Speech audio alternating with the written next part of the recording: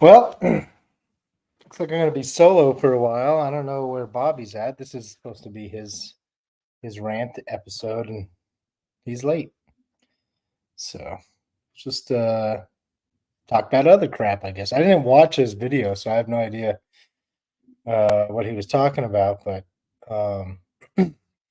it was shared in our team chat, and some of the guys were talking about it. So I don't know. I guess the gist of it is Bobby doesn't want to build boxes for people that run shitty subs because he doesn't want to have the box blamed for the shitty subs. So I get that. What's up, Mark? My night's going well. I don't know who you are, Facebook user, so tell me. So yeah, I don't know. We could just do a little Q&A or something if you guys let's just chat.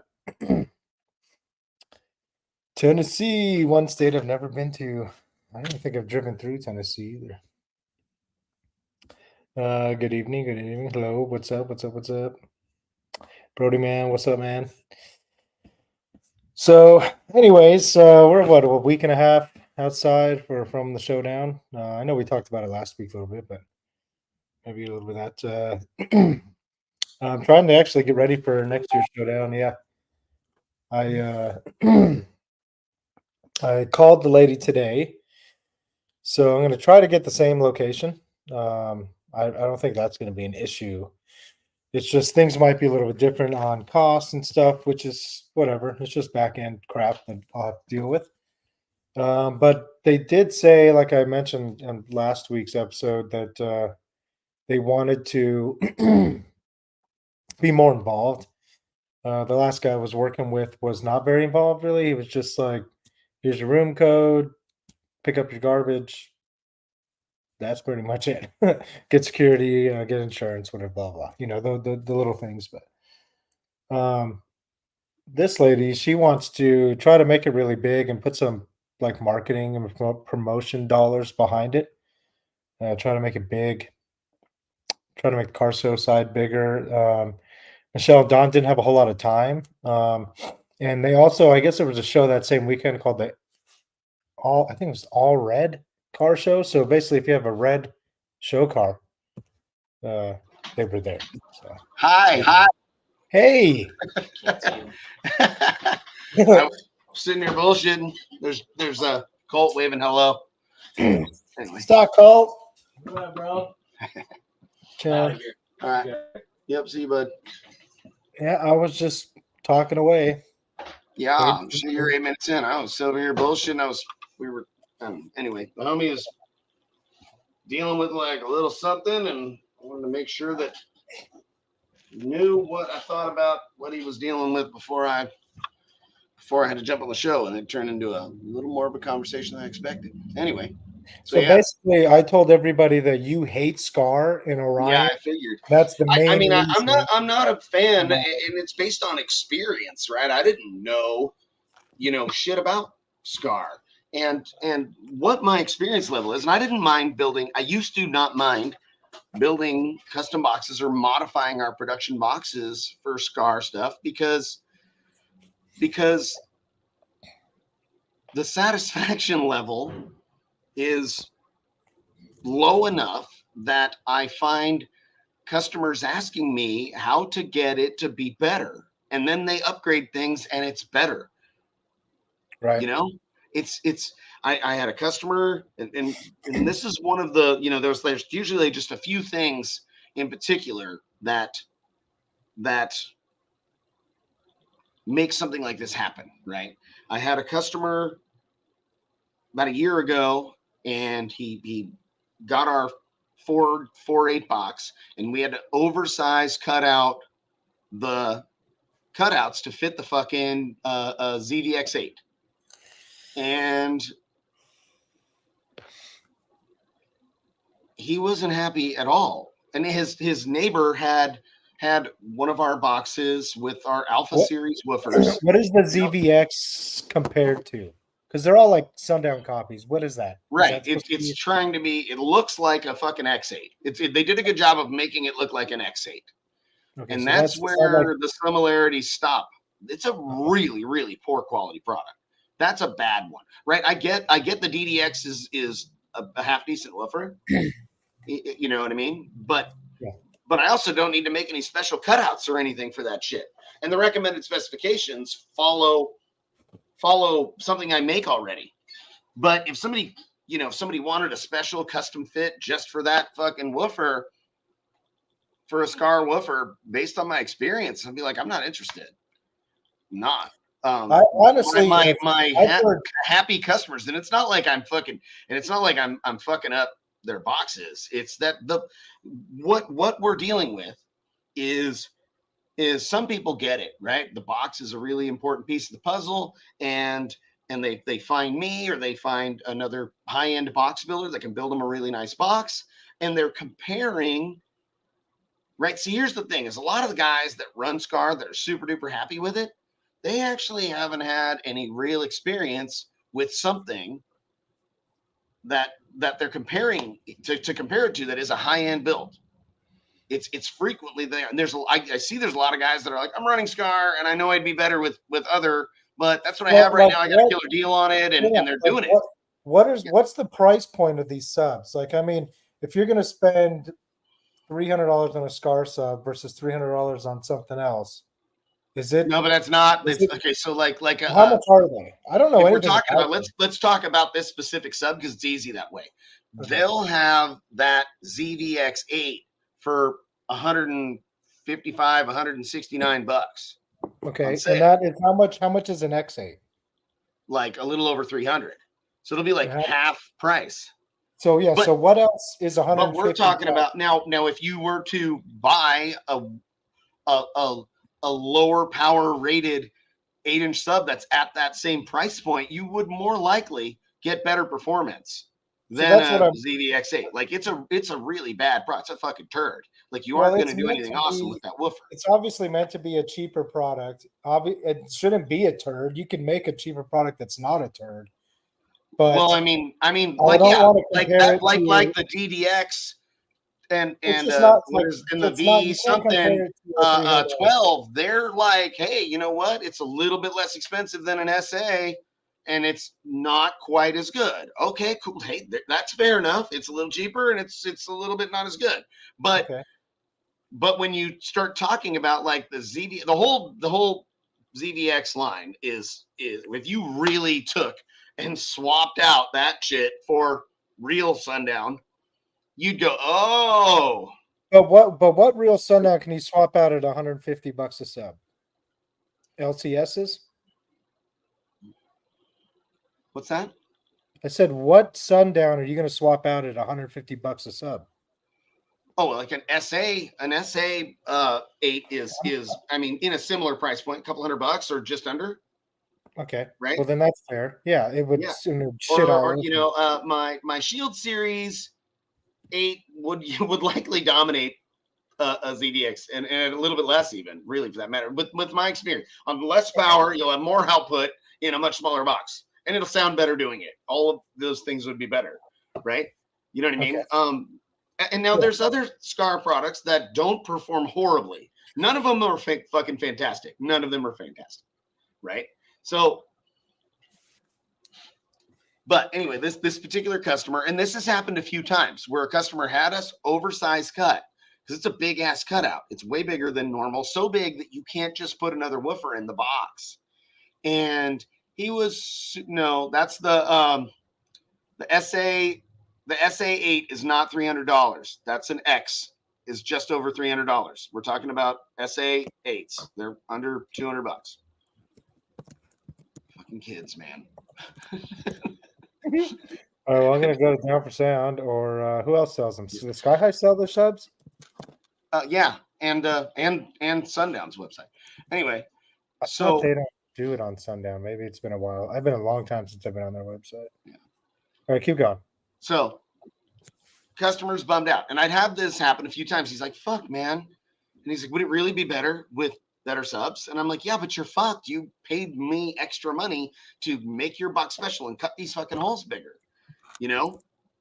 Yeah. And he's like, shit, maybe we could make some like ring adapters. And so I machine these fucking adapters for him to make it. We sell him some Alpha 8s. We ship them. He puts it all together, and he's like, "It's incredible. It's night and day better. It's fucking." He's super duper happy. And he sends me pictures, and it looks like shit. It looks like you have fucking spacers instead of the subs being kind of flushed into the front of the box. They're like sticking out a little bit, and it looked terrible. I'm like, "Oh my god, that looks fucking horrible." I'm like, "But you know," and he's like, "Oh, it's fine. It's fine. It's my work truck," and da da da. And I'm like, "Fuck." But still, I don't, you know what I mean? I'm bummed out. This dude spent, you know, way more fucking money than he fucking really wanted to, but because he was trying to save a couple bucks, right? And it was that experience and a couple others. I had a local customer come to me. He had his ZDX 15s. I built this big ass fucking crazy shaped box to the back of his Oldsmobile, and it was like, it was okay. You know what I mean? I was like, fuck, man. I was like, I don't know. It's not nearly as awesome as I thought it would be. And this was me learning more about how well this product performs. Now, mind you, my experience level before I had this was lots and lots of Sundown and DC and FI and everything else, right?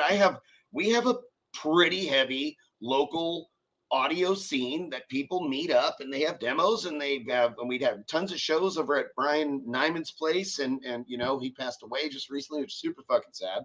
But we have a pretty big fucking community here. So I have a lot of working knowledge of how well a couple of massive 80, 90 pound 15s on 5,000 watts should perform. And they're on sale for like $199, right? So, I'm not sure. And then you have this one as well, which is with this will probably E series, right? And this again, is the you know, it's a E. much lower. Yeah, 129. I wonder how that would stack up versus ZBX. Well, I mean, it's a totally different animal at that point, you know. Even the SA is a much lower power handling, you know, unit. Yeah. But so what is, you said the ZBX is supposed to be like an X8, like yeah, pretty technically. much. Yeah, Okay. it's 1,500 watts or something. it's I don't know exactly what its power rating is for the 8 is. I think it's like 900 or 1,000. But anyway, so that Honestly, I haven't experience heard and a like few other experiences like that. Now, also, you know, in the audio scene, you know, some guys would start getting involved, and you know, they show up to a few of the meets, the shows, and they hear these builds with Jeff Boo Customs woofers and DC woofers and Sundown woofers and FIs, and they're like, whoa, that's fucking incredible. You know what I mean? And it's like, yeah, and they're like, I see now why. There's a fucking reason, right? I mean, I get it. I know, you look at those fucking pictures, these guys, especially the guys that don't have anybody anywhere near them to show them the difference. And then sometimes some of these guys, they're a little on the delusional side. They're like, oh, mine's just as good. And it's like, no, it's fucking not, dude. It's not. Like, I get it. Some Scar builds can sound pretty fucking good.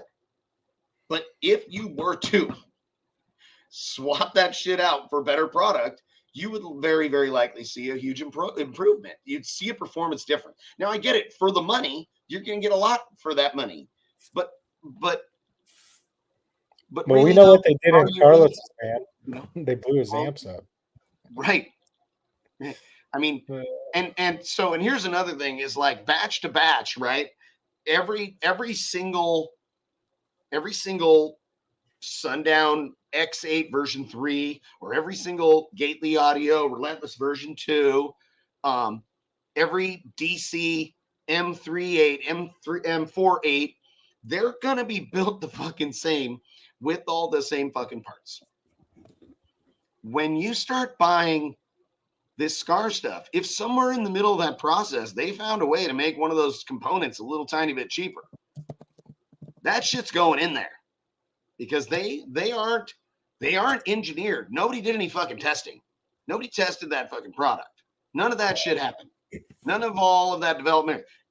Any engineering went into it. It was like, find me a way to make a cheaper spider pack.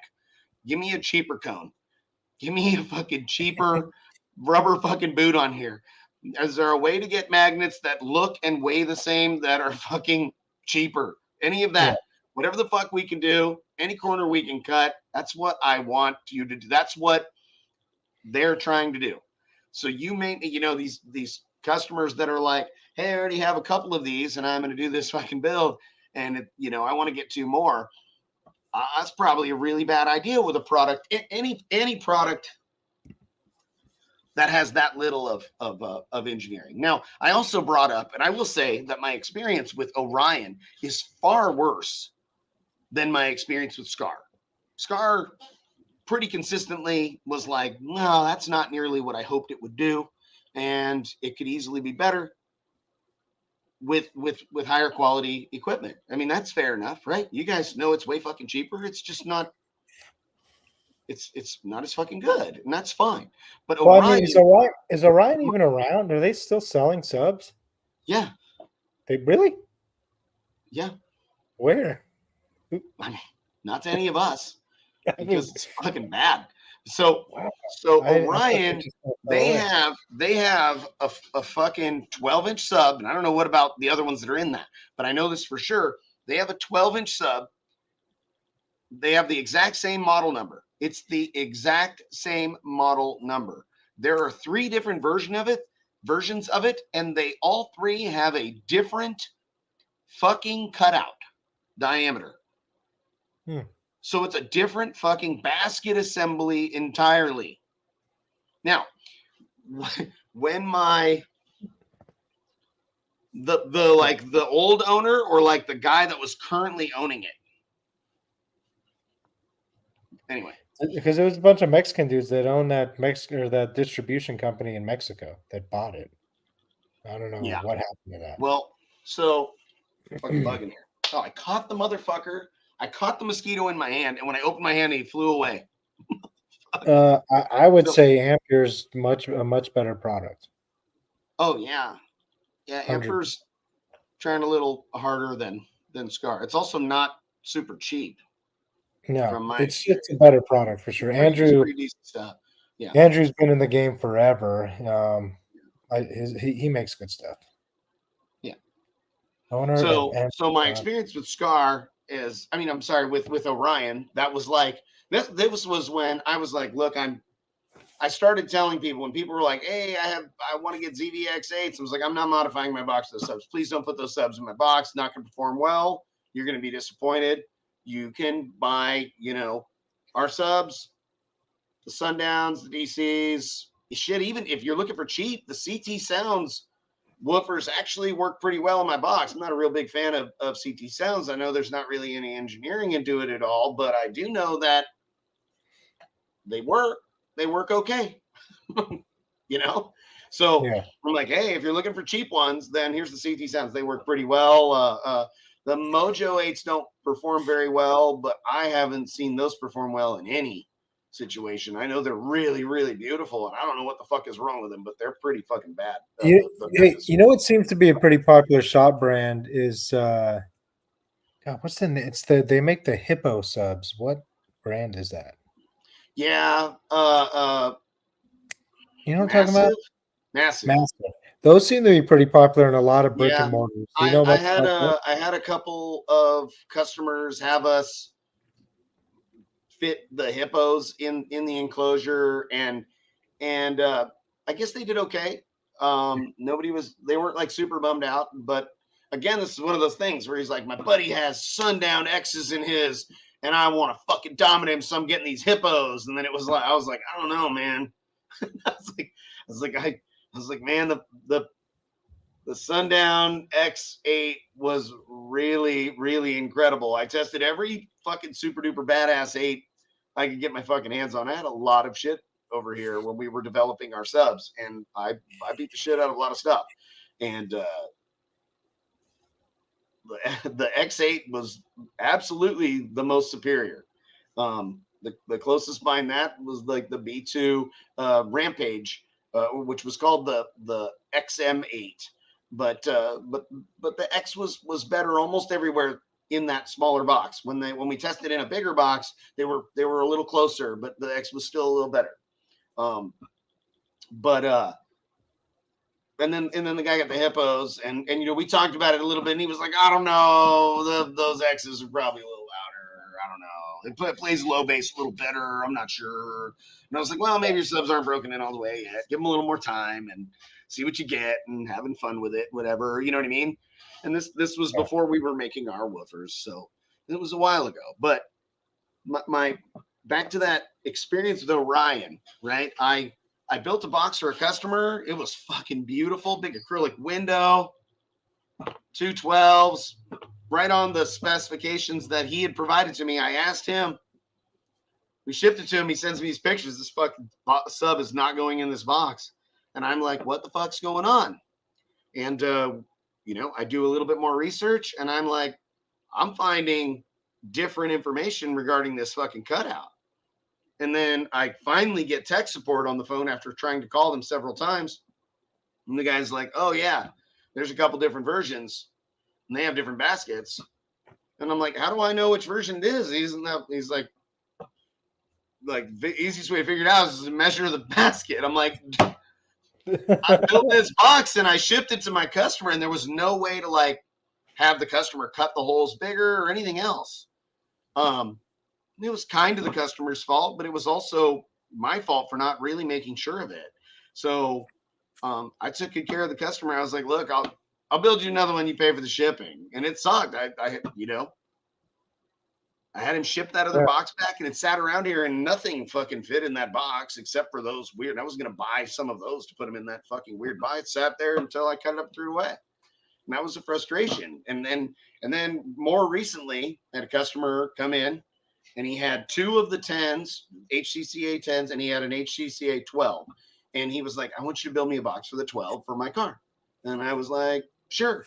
And so I called Orion, and I got a hold of somebody, and the guy's like, yeah, man, just build it, make it big.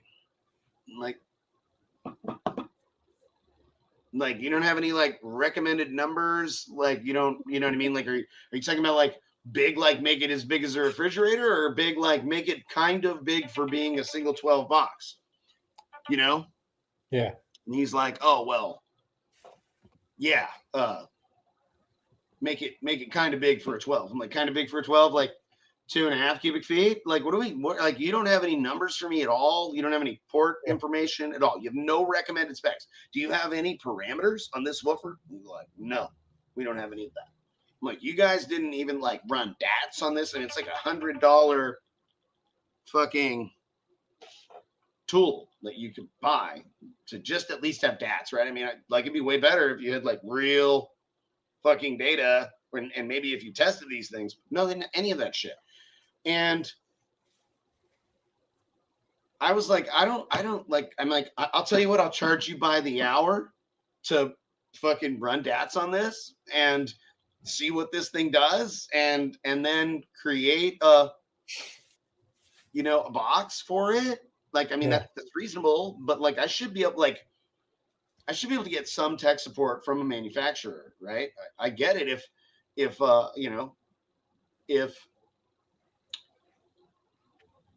it's, there's some guy building subs in his garage. There's a few guys that are doing that shit to make some fucking super badass subs. Jeff Boo makes some fantastic subwoofers here in the Sacramento area.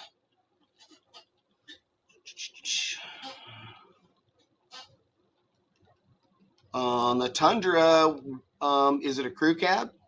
I think he's asking what's. I think he's going to build the box, but Yeah, what I see that. subs? Just want to see if he's going to do a crew cab. With the crew cab, you could use our seat adjustment brackets, which we could sell you, and it lifts the seat up in the Crew Max. Seat goes up 1 inch and forward 2.5 inches, gives you enough room to fit. We fit 4/8, but if you can make something really nice and efficient, But if you're running about 1,000 watts, I would run our Shield series woofers that are super duper reasonably priced, and they perform really well. A couple of Shield 8s on 1,200 watts would be fantastic. Going up a notch from there, even with that same power, you could use the alphas and you'd have a little bit more. But then you could even run as much as like 2,000 watts if you have the alphas. So, but yeah, and both those will fit nicely behind that seat. Yep. Nice, perfect. So, but yeah, the Orion thing, having like no product support, having random ass information, and it being incredibly difficult to be able to know what fucking you're building for a box. It's like, I'm not interested. We're fucking busy. We got a lot of work to do. I can't spend a bunch of time fucking around trying to figure out. And also the level of disappointment that I find those customers have with the performance of their product, you know? Yeah. And they I mean, frequently, and when they're screwed, when you got like, I got this weird box that only fits Orion's, now fucking what? You know? I had a yeah, customer, oh, it was the same customer. We ended up building a box for his 2 Orion 10s. They actually fit better in his trunk. I think we built an enclosure out of the little instruction catalog that he happened to have with one of them based on those parameters.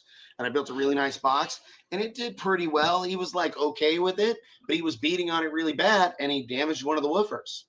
And so then he's like, shit, man, I can't get a recon. This sucks. And he was frustrated. And then we got him 2 DC XL 10s. And he just wanted it to be back to operating and be awesome and be able to take the power of his Gately Audio 3900. And it yeah, was way, way fucking louder. It was like night and day. Now, mind you, one of those woofers, maybe he was already a little bit hurt, but it appeared to function fantastically when, you know what I mean, at its best potential when we installed it all, you know, and it was like shit. And we were lucky that I could easily make an adapter to put those XLs in that box, but I had to, you know, he had to pay more money to have us machine fancy adapters and make all of that shit work. And thankfully they fit reasonably and they were, the enclosure was very, very close to what the DC XL10s needed. That's why we chose those woofers. But it was like, holy fuck, man, I didn't expect this thing to be way fucking louder, but it was. yeah. And I I kind mean, of half-ass did, but you know, those were HCCA subs that you went yeah, from those. Yeah, yeah, those I've big only crazy. I heard mean, they like, are fucking beautiful. I remember the first time I saw those, I was at CES in like 2018.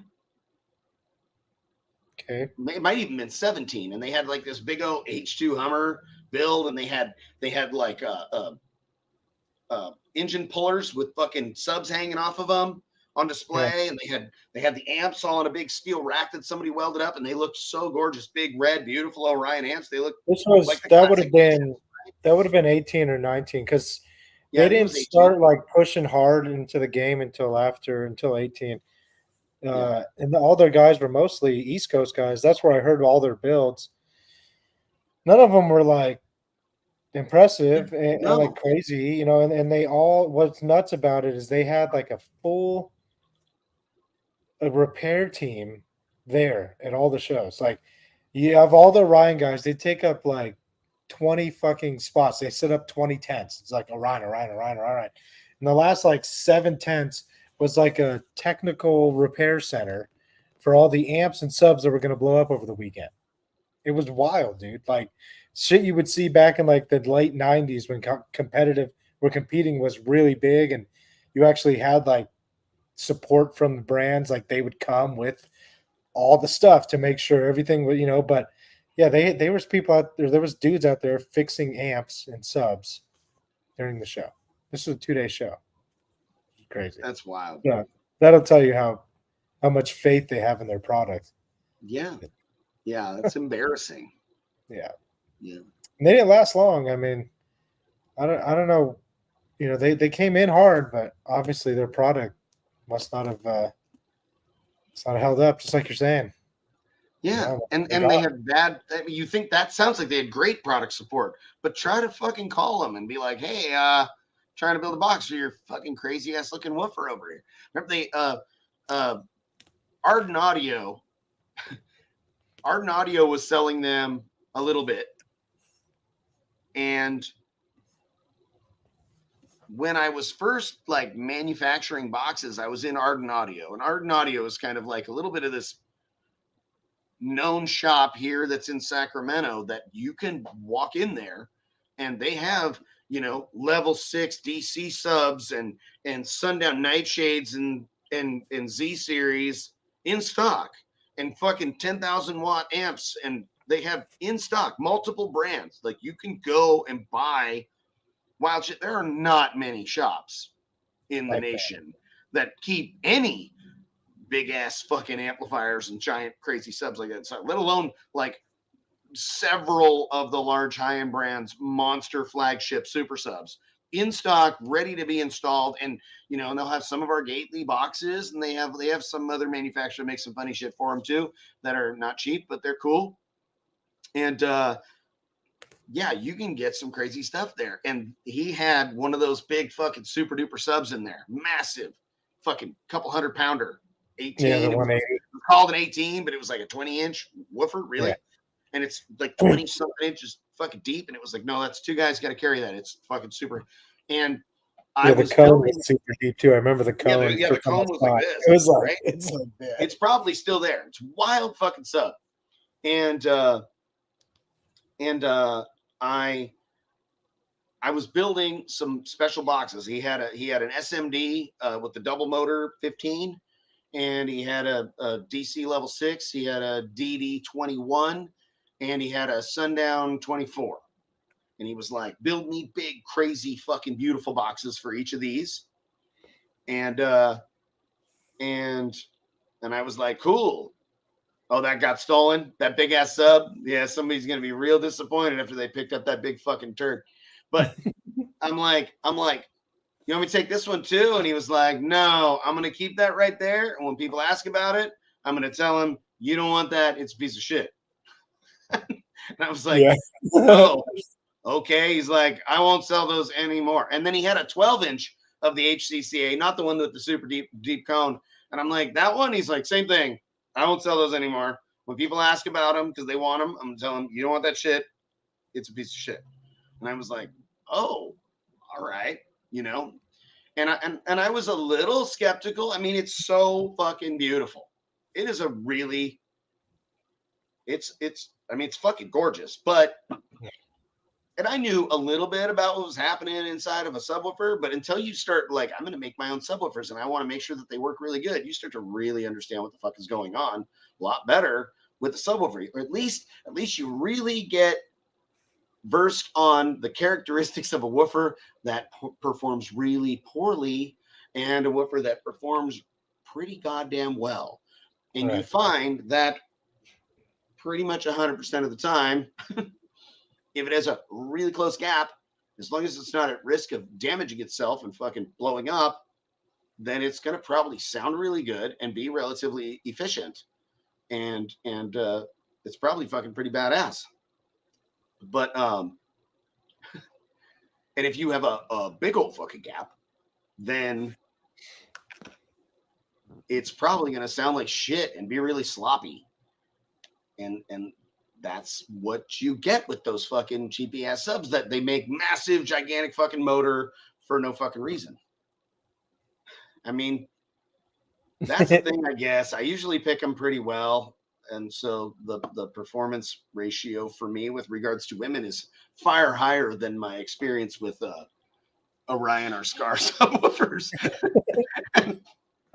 But yeah. So, Good the for you. shop. I mean, we're not 100% done with that. We still have a bit of electrical work to do. I think we're going to do some of that this weekend. But with tearing out walls and doing all kinds of shit, we started getting really behind on a few projects. So we got caught up most of the way on one of the bigger ones, and we're about caught up on all the medium-sized ones. which are usually the scariest, the ones that are a little bit like the customer's like, I thought I was going to be in February. And I'm like, I'm sorry.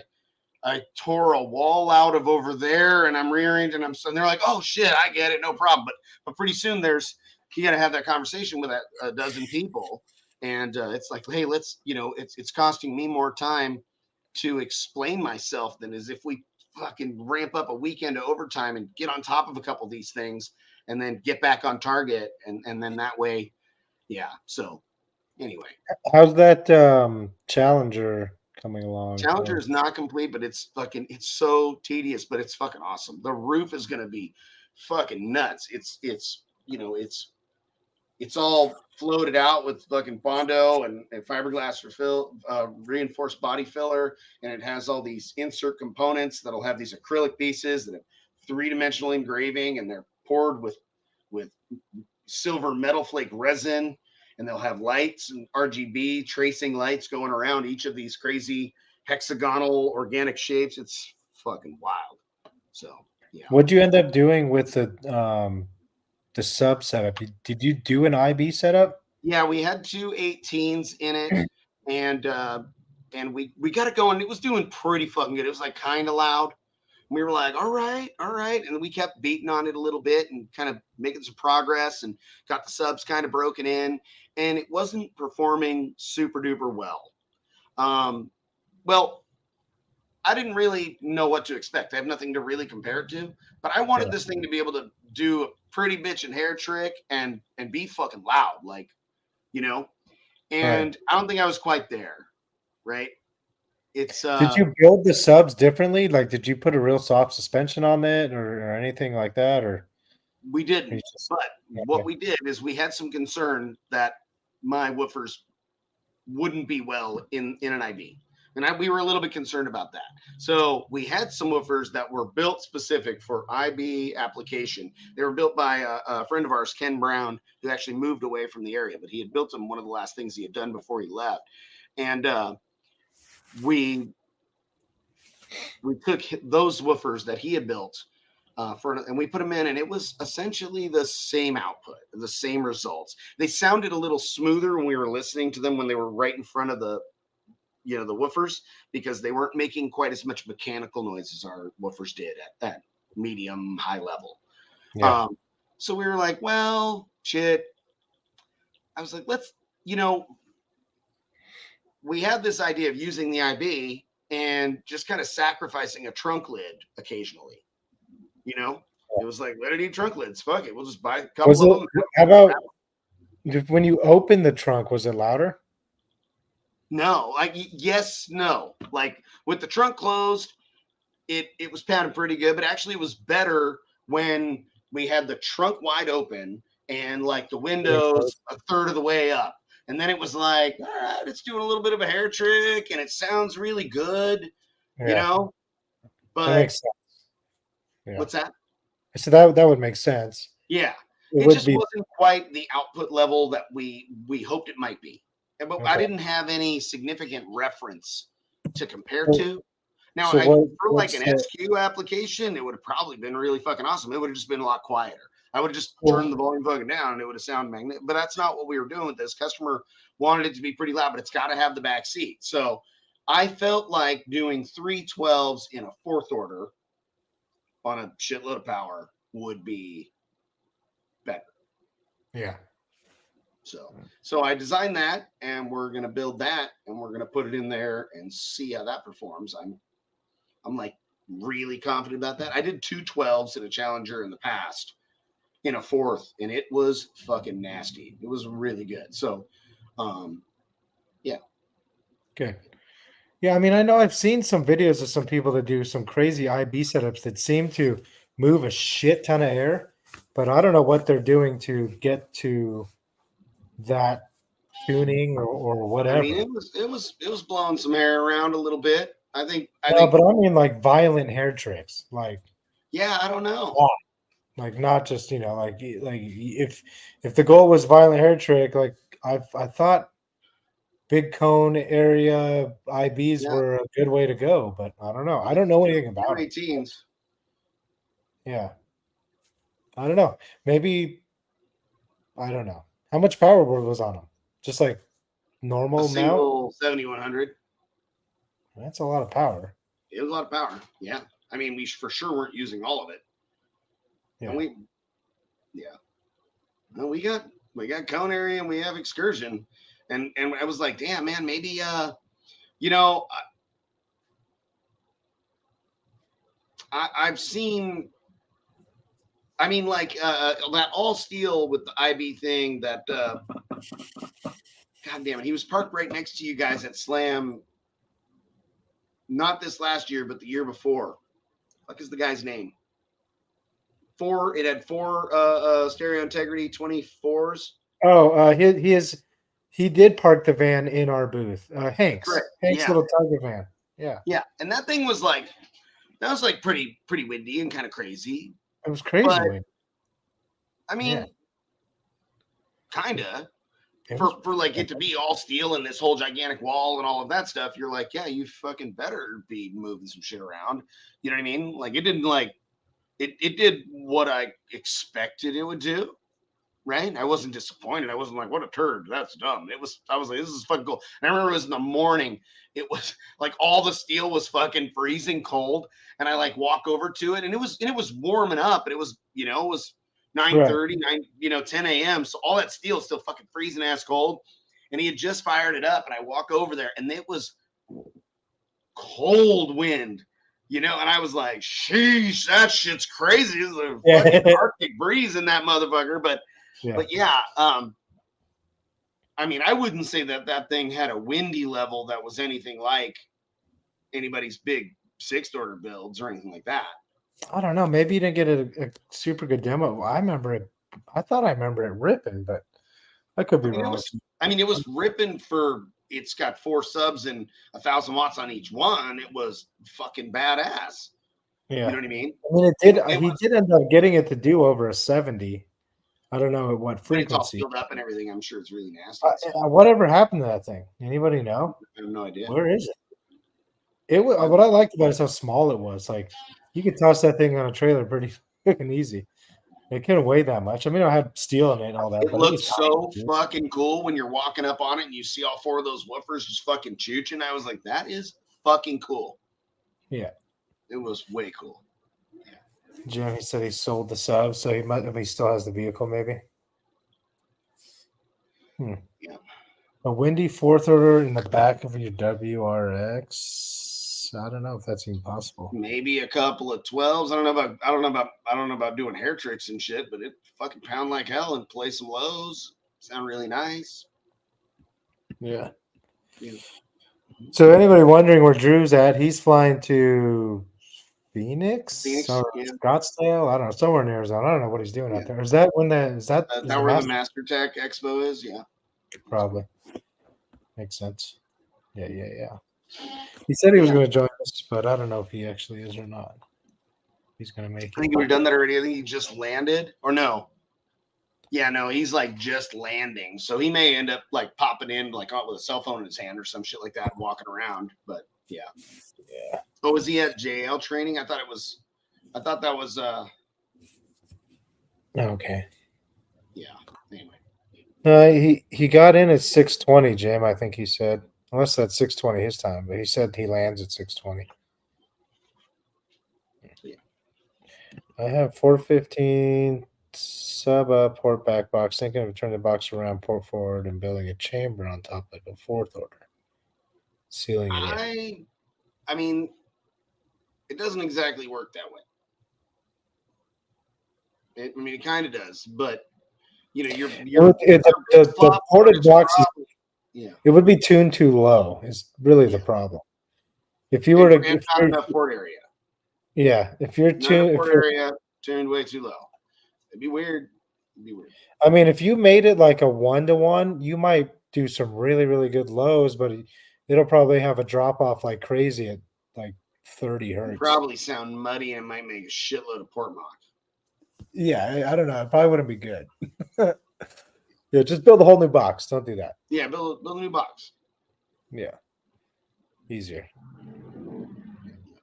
But 415s, you got enough cone area. You should be able to do a lot of stuff for sure. What's up, Jimmy?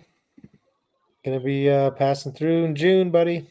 See you then, but I'll hopefully see you before that. Shit. Oh, speaking of Slamology, I wanted to call and talk to you. We get a shit ton of traffic at our booth, and I know you guys usually just rock with Sky High. Yeah. Are you doing a booth this year yourself, or are you going to do the Sky High thing? Well, pretty much it's just like me and Byron going out there this time. And So then more like Jim will probably bring down the Raiden along with the Escalade build. okay, so it'll be more of a normal year versus like setting up a booth and all that shit that you were thinking about doing. Yeah, I was considering all that, but it like transporting all the stuff out there. It's a lot. Now, I kind of want to do this thing. Okay. I talked about this a bunch with John Raby, and he's like, "I'm in," but I want to like rent a Tahoe or a Suburban. Yeah, and build at the show. Don't say that. Not build at the show. No. Ship a fucking pallet that has like a box, subs, amps, wired batteries, and we just wire it up pretty easily, or even do like a couple power supplies and be plugged in if we can have power somewhere, right? And then like Bluetooth to it and put like some like speaker pod A-pillar parts that we just put in and like, and we're doing, 160 no wall fucking demos in a rental car. In a fucking rental car, right? That'd be kind of fun. Yeah. So Gilbert said, "What's the ratio in the Soulgasm?" It's about a 1.5 to 1, just over a 1.5 to 1 after all displacements, and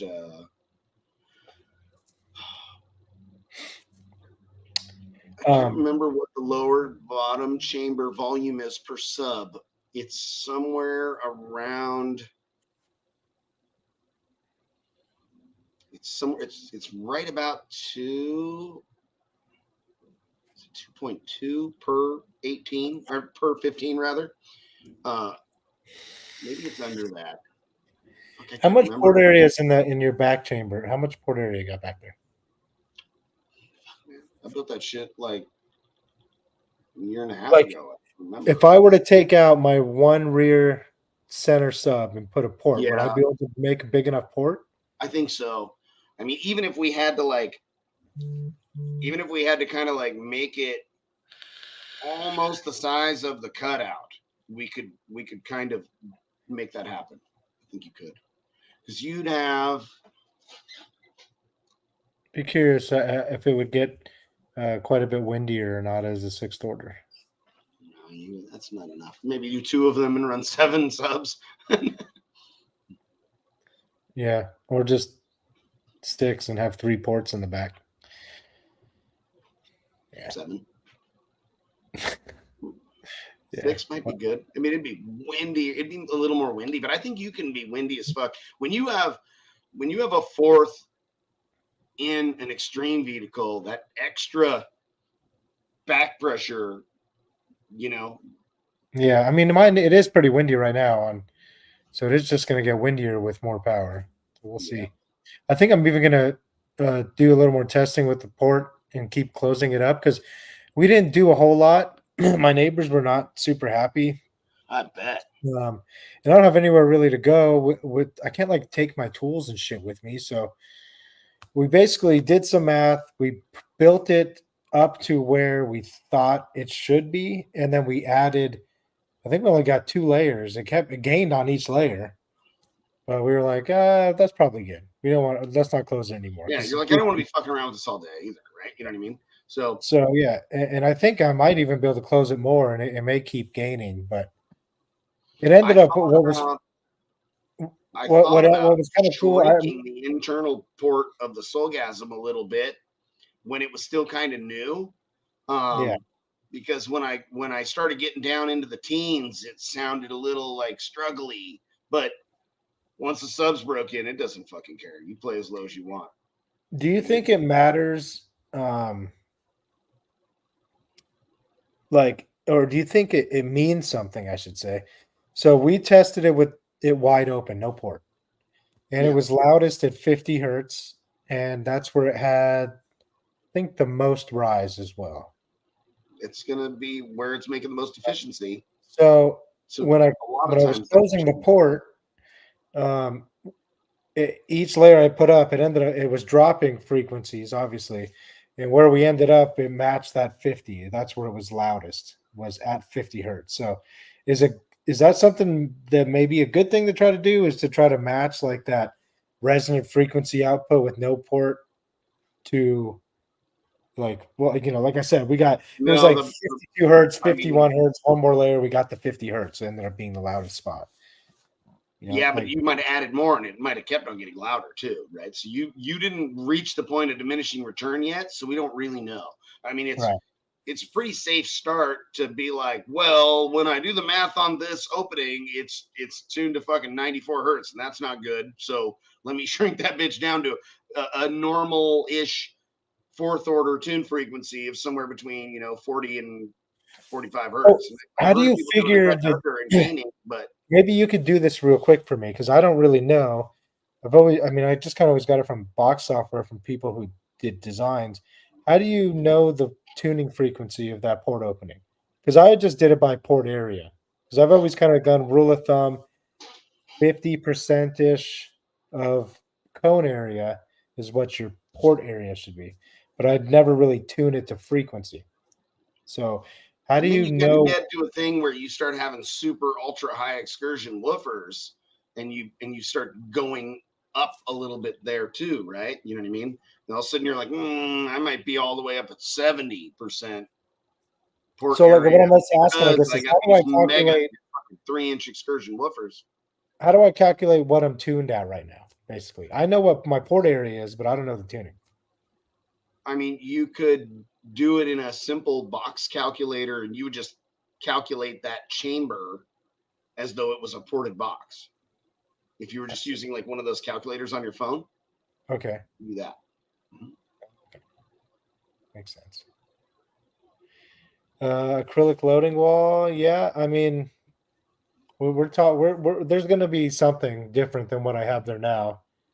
But for now, it's going to rock that until I figure out exactly how big it needs to be, and then What I think we'll would do be something. cool, rather than an all acrylic for that, Steve, is we would stack it, and I would have like a layer of acrylic with lights in it, and then I'd have a layer of ply, and then another layer of acrylic with lights in it, and another layer of ply, and it all the way up. Yeah, something like that would be kind of cool. I think if we're gonna do wood, I want to flip it from laying flat to going the Vertical. same Oh, that's right. That way was the other with thing the I was seat. saying is we could I could three-dimensionally machine that and expose all the laminate layers and have Yeah, it. so it Yeah, follows the same shape as the seat because everything's yeah, going vertically absolutely. and those are Mhm. stacked. But if we don't do wood and we do an acrylic thing, We could I even mean, have a I'd say layer like of acrylic in that structure. That do like acrylic window would be kind of cool, like so you could oh see yeah, the that's cool. stuff. I mean, an acrylic piece that thick is obviously very expensive, but you can laminate a few pieces together, and it would still be clear, right? No, Or like, no. How did you I can guys see a thick ass piece. how did you do the one in, the bloodbath? That was just a big ass thick piece? Yeah. Oh, the I can put the port on it. So it's 2.5-inch thick pieces on the bloodbath. I feel like that whole thing was see-through, wasn't it? The whole Uh-huh. loading wall? Yeah, yeah. So it was Okay. a piece of 1.5 inches, and I had cut another Gately shield shaped layer of 1.5 inches. So my port was only 3 inches. Ah, okay. So the whole loading wall itself was an inch and a half, but the port itself was 3. That's right. I see. Okay. And it Hmm. had some bubbles and shit in it because it's really challenging to get two flat surfaces to land, and it's cast material. So the castings are kind of a little fucking warbly. It's not perfectly flat. And if you Right. machine it flat, then it'll look like shit. So I see. Yeah, we'll figure something out. Even if we did some out of wood and maybe made a cool acrylic sign insert or something. I mean, it's cool to see the subs doing their thing, with the I acrylic think window. you need to put some braces that go from the baffle to the middle of the back wall, the slanted back wall. You Because think so? that thing's flexing. Your amps were moving. Well, one amp was moving. With the center of it, because the center of the wall was giving us some wiggle right there. Which is kind of crazy because that center of the wall, it's got the steel cage is welded to it that the baffle's on. Yeah, But it's there just in is, the middle of the panel, right? It's a membrane. Like the outside edges are solid. The middle of it's like it's got just this, tiny fucking 2 millimeter oil can effect it has. yeah.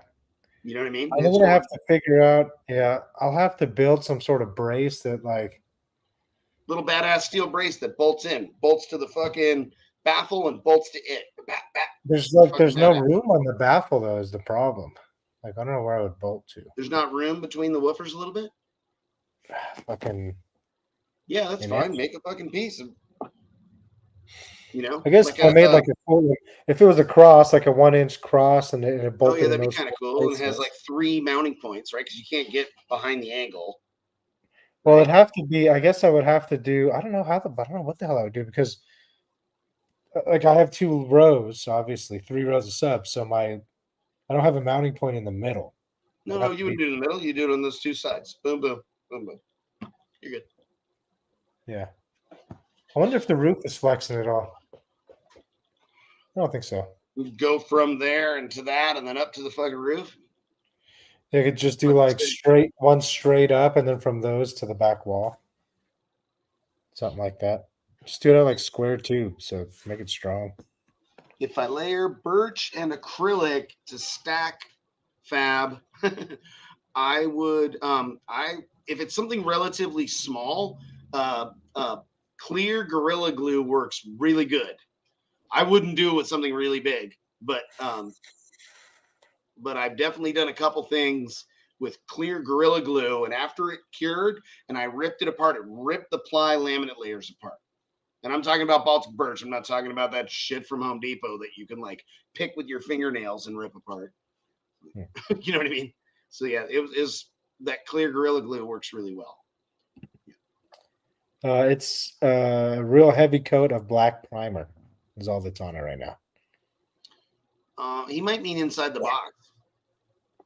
Yeah, inside the box is an automotive white and then 3 coats of clear coat. Yeah, that shit looks good. It lights up so good. Like, remember when it had all the 6.5s in it and we had the ones that were wired out of fucking polarity? That was super fun. When the sun would beam in and hit all those motors, it was like, yeah, it was lit up also super badass. That was super cool. Yeah, I kind of wish like I want to get because I'm doing the black and gold theme even in the wrap. Those gold motors that they did for the Sundown for whoever for Sundown, those gold motors that have been on Facebook. If I could somehow get my kicker motors gold like that, I'd be happy, very happy. But I don't know if that's. I mean, I know it's possible, but I have to take. Well, if you're doing the gold you're doing is like a matte gold. So right. if you could probably paint the back of those motors in a matte gold that matches the graphic on the truck. You're probably right because it is like a rough surface already. Well, maybe it's worth screwing around with. I do have a prototype over here with no cone in it. I could spray paint it, maybe. Not get in trouble. You could take the woofers apart if you really wanted to, right? Yeah. Now, part of me is a little bit like, I'd be in there with them all in place, fucking paper and that shit up. Yeah. Like, gold paint's the good stuff to huff, I guess, Yeah, maybe do it with a roller, painted by hand. Jim, your brackets will fit. Well, then you'll hit me up after the show or whatever, or during the week, and we'll see what we could figure out for some braces. I didn't really realize you made braces. I should have realized you make all kinds of shit. Yeah, and if he couldn't, then if he doesn't, then he could.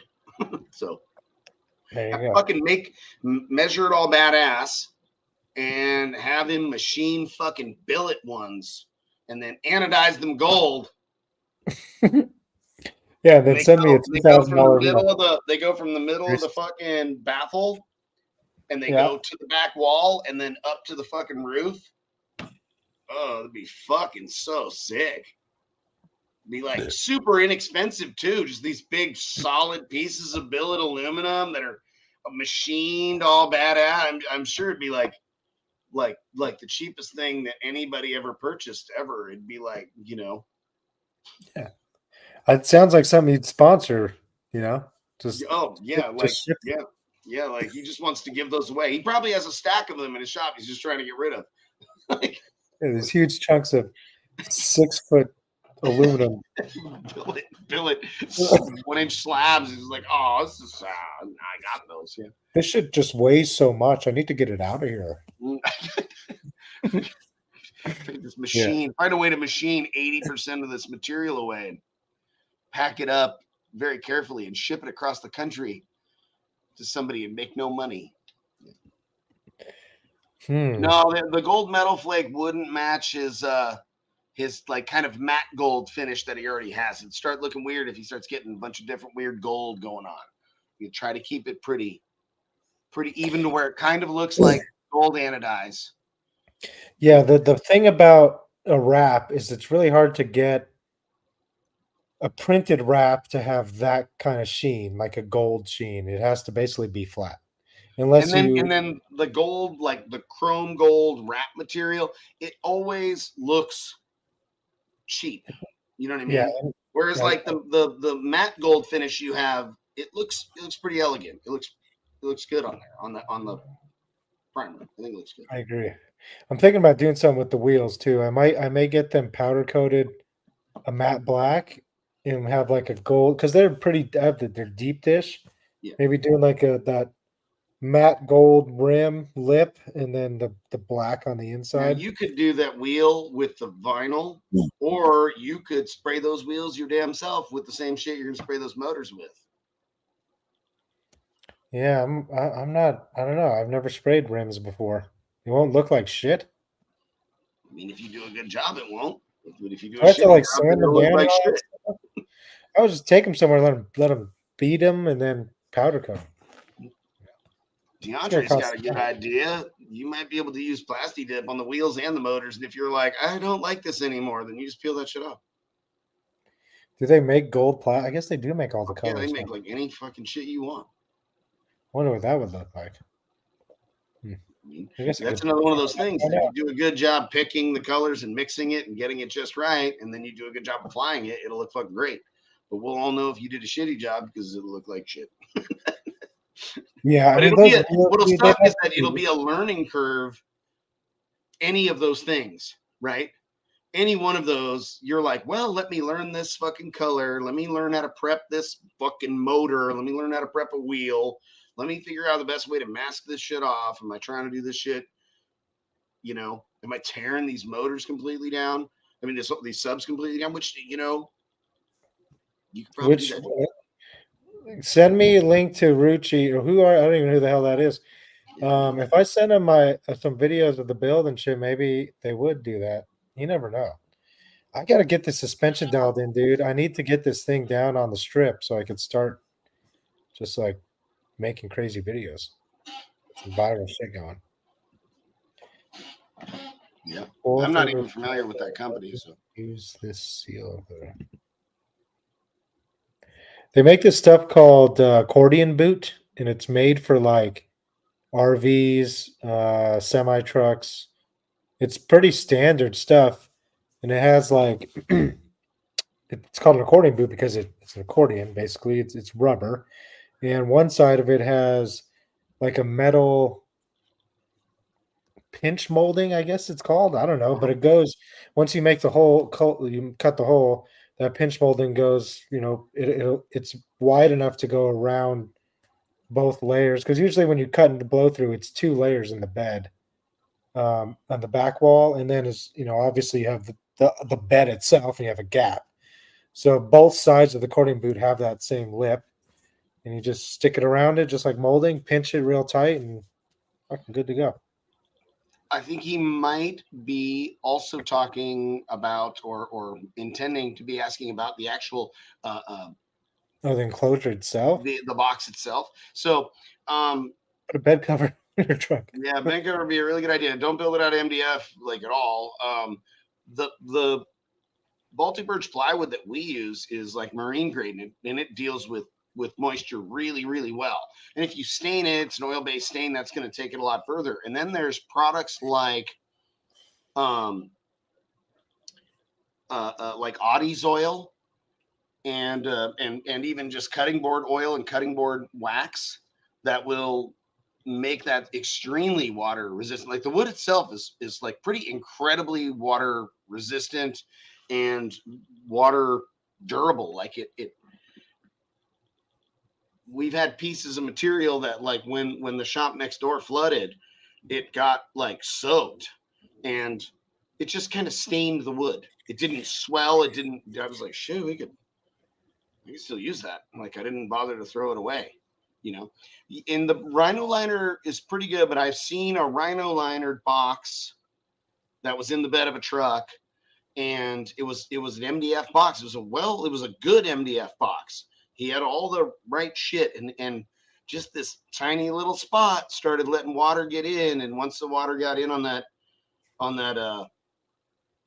MDF, it started fucking the box up really bad. It was a pretty big bummer. Now you wouldn't really have to worry about that so much with the ply, but and yeah, I could see the peanut oil would work pretty well, but I like the idea of using the products that are made to put on wood materials to make them waterproof, like the Audie's oil and the cutting board oil, things of that nature. So then there's there's spray. We've put clear coat on boxes before, like cabinet grade clear coat, which makes it so that you want to clean your cabinets, you just spray fucking window cleaner on it and wipe it down with a towel. It's the same stuff as that because we have the cabinet shop that helps us out with some stuff, and so we've had some clear coat put on a few things. But yeah, the blow throughs that we've done, the Raiden and the Slamhalin. The Slamhalin, we treated the whole box with Audie's oil, and we did like 5 coats of Audie's oil. I think there's a little tiny mosquito in here devouring my right foot, if I'm not mistaken. It's got to be a mosquito, or I have fucking fleas or something. Something horrible is happening to my right foot, and I'm dying.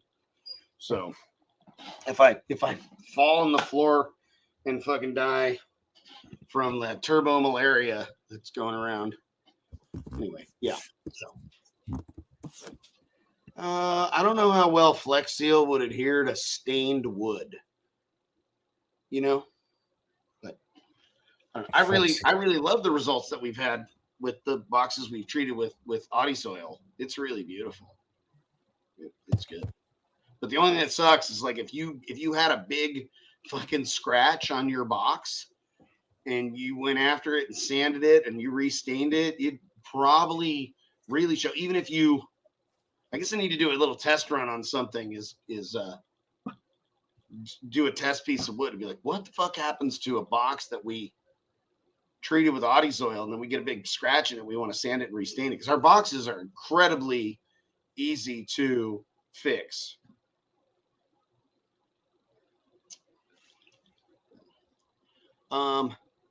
So here's what I will tell you about CCA wire is I used it in my Subaru and it was fine. That wire is still in my Subaru and I'm confident it's still fine. And that's been like 10 years. Every build I do for John Rabby that owns Sky High Car Audio, all CCA wire. Every one. That's what he wants. He's like, it's not an issue for me. Just do that. And he's never been like, damn, man, using that CCA really bit me in the ass. Ever. Not once has he ever said anything of the sort. Now, I only stock OFC because I know that if I wired up somebody's vehicle and they were telling me they were on a little bit tighter budget and I gave them the option to use CCA to save themselves, $300 or $500, depending on the size of the build, some hater asshole on the internet would fucking make a big old drug out post about it, and they'd be talking all the shit.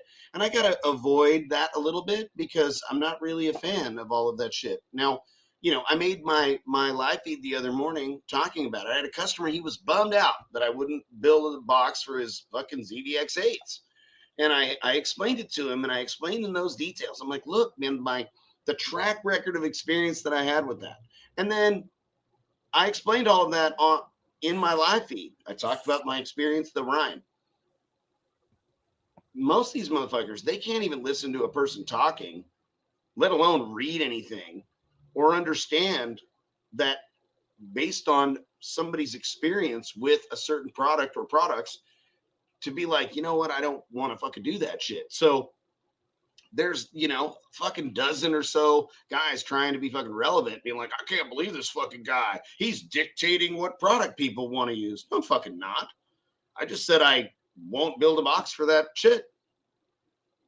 I can pick that. I'm dictating what products I fucking work with. I get to do that, right? You get to pick all the gear fucking you want. I get to pick all the gear I want. I also am really picky about customers too. I probably once or twice a month, I'll be in conversation with a potential customer and I'll realize that I don't want to work with them. It's not a good idea for me. And I'll explain, I'm not interested in your project. Guy telling me that he wanted 8 fucking ZV612s in the trunk of a car and that it was for sure going to be louder than any trunk build ever. And I'm like, I don't think so. I was like, do you have a design that you want to show me? And like I analyze it and tell you if I think it's awesome and that I want to build it for you. Did you have an enclosure engineer work this out? And I design lots and lots of boxes. I do it all the time. But like I'm like, how, and it was like an old 70s, big body car. But I don't see their room for 612s. I mean, or 812s, especially not a woofer that wants a fucking really big, juicy fucking box to perform well, So, I don't know. I've never fucked with CCA. I always use. Right. Well, the reason why I've had my copper corrode and shit too, though. Like, I mean, you still have to. I had a Wall really needs to be terminated correctly. I mean, you just use tinned something. If you want to use OFC. Do they make tinned CCA? I think that's pretty much what it is. Is that what it is? It's just like, well, it's not. I mean, a tinned copper is actually tin, right? It's not. It's not aluminum over copper, right? Copper clad, so it's like. Well, that's CCA, copper clad aluminum. But tinned OFC is more expensive than regular OFC. It's because I don't think they're putting aluminum over top of the OFC. I think it's actually tin to stop with the corrosion. But I don't know. My phone is over here on the other side of the room on a charger blowing the fuck up. I gotta figure out what that's all about. Corroded wire versus welding wire. Copper is copper. The difference mainly is the flexibility. Corroded wire has a lot more strands, a lot finer strands, so it's a lot more flexible. And it's a lot. And if you're talking about like sky high wire, sky high 1/0 is quite a bit larger than welding wire 1/0, and it's rated at higher current rating.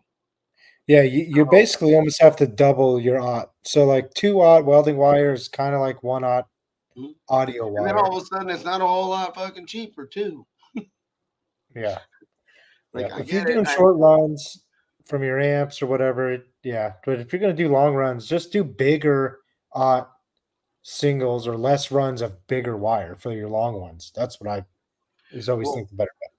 So coming back to the welding wire, right? I get it. There's guys that are like, dude, I saved fucking like $400, and then they wire up their vehicle and they're happy. And I'm like, fuck, that's cool, right on.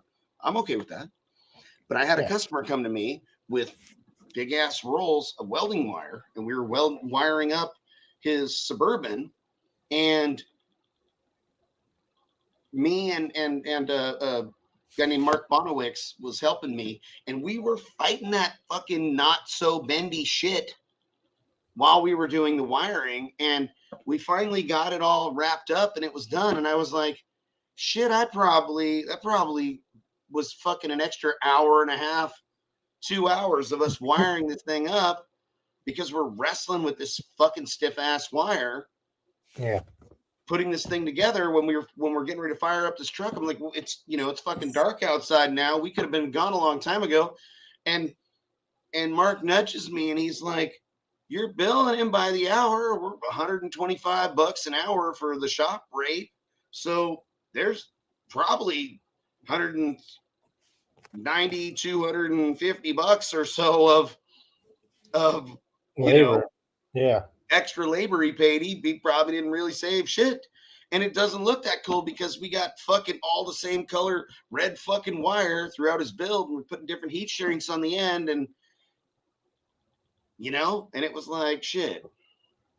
Yeah, I haven't bought wire in a long time, so I don't really know the prices of it anymore. I remember back in the day, it wasn't like terrible, but I've heard recently it's pretty rough. Wire prices are pretty high. Oh yeah, they're very high. Now, high quality welding cable, I get it. It's probably still a tiny bit less expensive, but it's still going to be far stiffer than a wire like the Sky High and some of the other brands that make high performance car audio wire. So yeah, it's not even close. I mean, you yeah. can get somewhat flexible welding wire, but the strand count's not even close. It's still like not even half, maybe 25% of what you get from car audio wire. Like you said, the size difference. Right. Once If you you're get looking at, if you're looking at 1/0 welding wire versus 1/0 Sky High, and you're like, oh, dude, it's 60% of the cost. Look up what the fucking 2/0 welding wire is, because that's what the same size and current rating is going to be of that Sky High. yeah, And you're going to and go, it'll be less flexible. oh shit, I'm only saving 15 or 25%.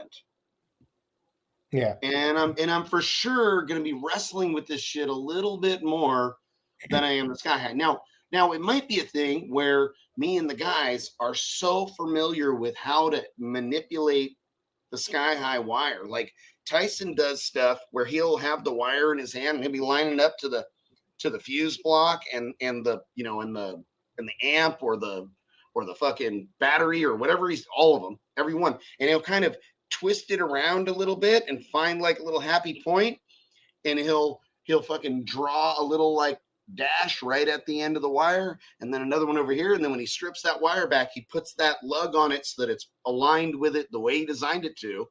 And then when he bolts the fucking thing in place, the wire's like perfect. And then the next one's right in line with it at just the right length. Perfect. Now, we brought in a whole bunch of that heat shrink that has the like sealing glue in it. And it was a little bit challenging to find. But once we found it, we bought a whole bunch of it. And we're heat shrinking these fucking things with a torch, and it like glues the lug to the shielding and to the wire shielding. And Right. it's fucking beautiful, and it's really stiff. You know how a lot of times with the bendy wire, it's one of the things that happens, right? The shielding's pretty soft and it'll pull back and it'll slide around on the wire a little bit. Once you glue that shit together, the wires are far more attractive and it's really stout. So you got them with your logo on it? I don't have that with my logo on it. So we put that stuff on, and then we put the shrink with our logo over it. Okay. Yeah. Let's see. Because it would, and the way that stuff, you see it when you shrink that shit. If it had a logo on it, it'd get all, it'd be, because the way it yeah. But yeah, and it seals it up really good. So you're much less likely to have some form of an issue with corrosion. So, but yeah, I only stock OFC because I don't want to hear people fucking bitch about it. And that's the only reason with regards to the CCA finalizing that. But yeah. How much is it? Well, that's by the foot. How much is that? How much it is if you bought like a 50-foot roll? That'd be wild. $400 or $500 almost. How much is a 50-foot roll of 2/0, Bobby? What do you know? Like, I guess I could just look on this website right here. I already have it up. This thing like must be listening to me because right when I go to Sky's website, it showed me wire. So, hey, you want to buy some wire? And you're like, oh, wow. Let's see, $429. Yeah. But I mean, I guess a 50-footer. All right. So look up some high-end welding wire. Any of you guys know of a good quality I'd welding say wire company? EB Flex is a pretty common one. Okay. Look up that shit. Let's see what that costs. Come on, baby. I know people like that, and I'm not mad at anybody for doing that. You know what I mean?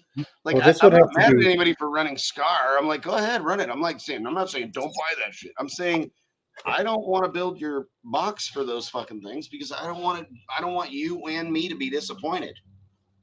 So it's $6.30 a foot for 4-aught welding cable, which would be 2-aught audio. Okay, so you're saying 25%.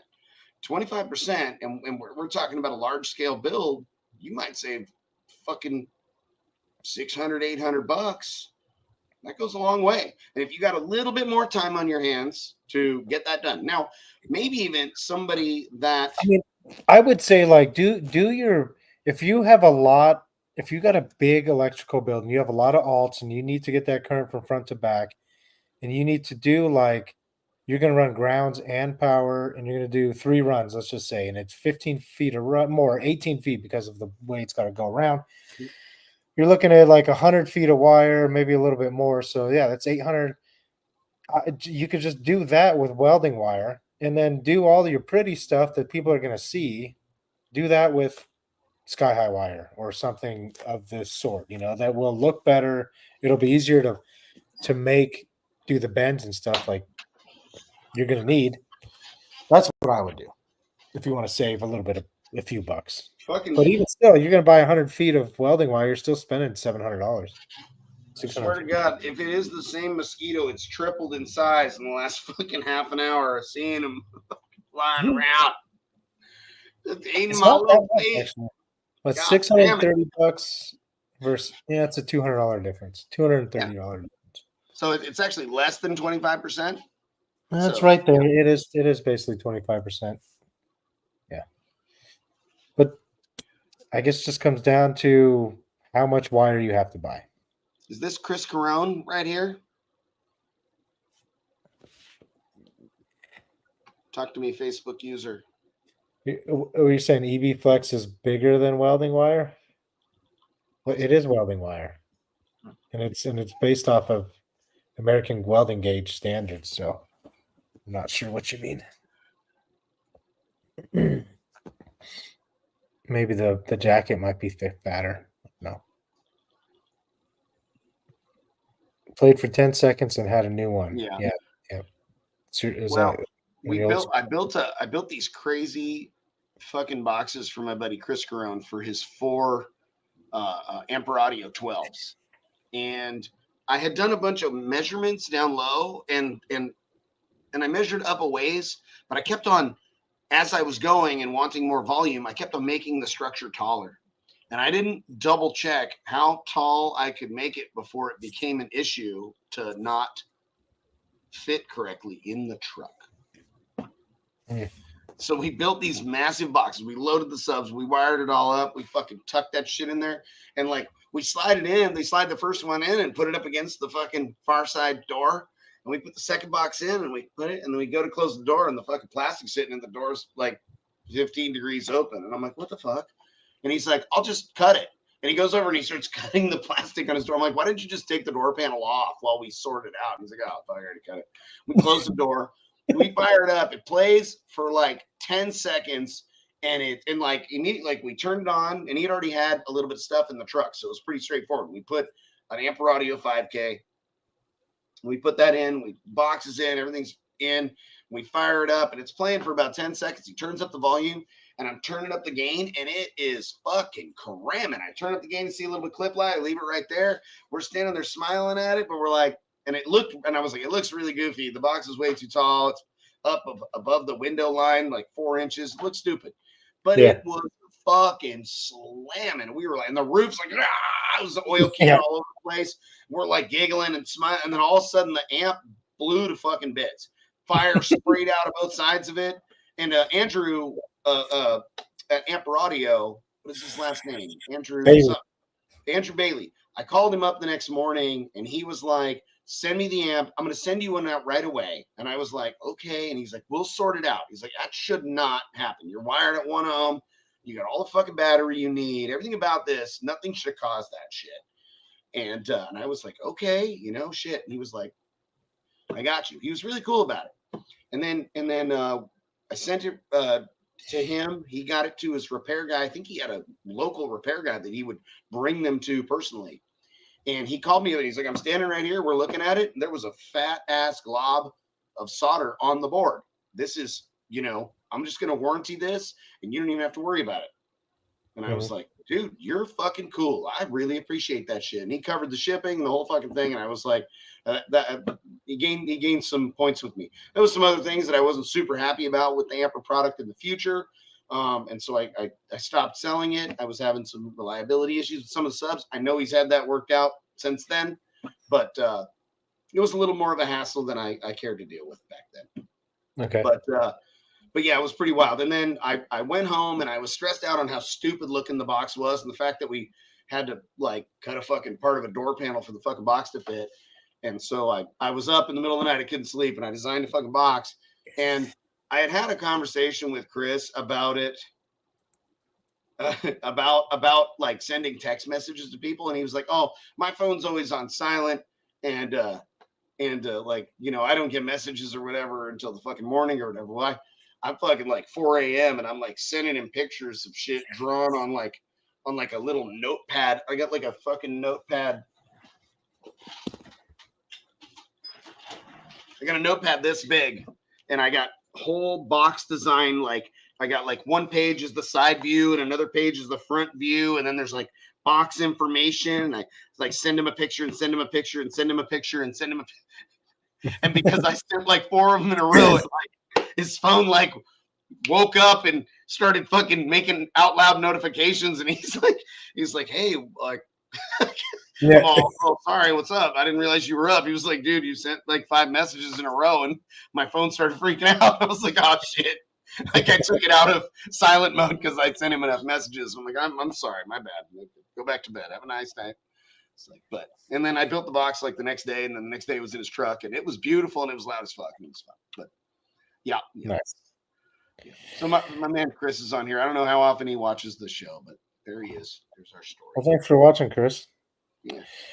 Well, got anything else to say about Scar and Orion? I'm getting hungry. About dinner time. I'm ready to go home and have some dinner myself. My bamboos aren't running ready at the moment. Couple reasons. One, I got a bunch of other stuff I'm working on, and I don't need anything off the bamboos right at the moment. So I don't want to like be over there fucking around playing with things, right?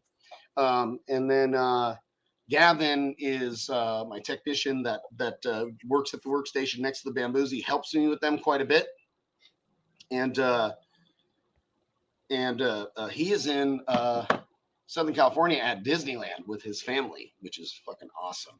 So hopefully he's having a fantastic time. But we already have like a list of things for when he gets back. Like, we'll put that on the Gavin list when he gets back on Monday. So he's gonna be fucking buried when he gets home.